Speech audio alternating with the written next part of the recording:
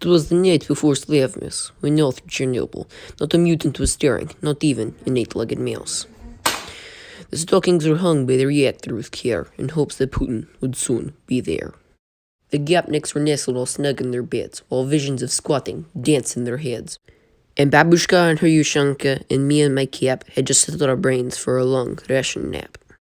When out on the lawn there arose such a clatter, I sprang from my bed to see what was the matter.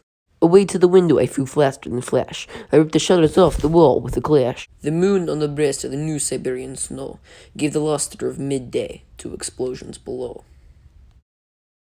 When what to my wondering eyes should appear but a scooter and one tiny sokoba, with a large old driver so lively and quick, I knew in a second it must be Vladimir. More angry than Gopnik's his courses they came, and he whistled and shouted and called them by name.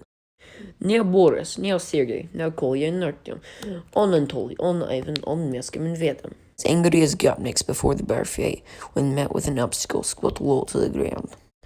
So up to the wall top the Slav he flew, with a bag full of rations and Vladimir too. And then in a twinkling I heard on the wall the squatting and yelling of each little sokoba. As I drew in my head and was turning around, and through the window Putin came with a bound. He was dressed in Adidas from his head to his feet, and his clothes were tarnished with ashes and soot. A bundle of the rations he had flung over his back, and he looked like a Russian just opening his sack. His eyes how they twinkled, his head how bold, his shoulders like mountains, and his forehead like an egg. His nice little smile all drawn up in a bow, and the tip of his shoe had a hole. The stump of a pipe he held tight in his teeth, and the smoke had encircled his head like a wreath. He had a broad face and big round muscles that shook when he laughed like a glass of compote. He was strong and tall, a right jolly old Russian.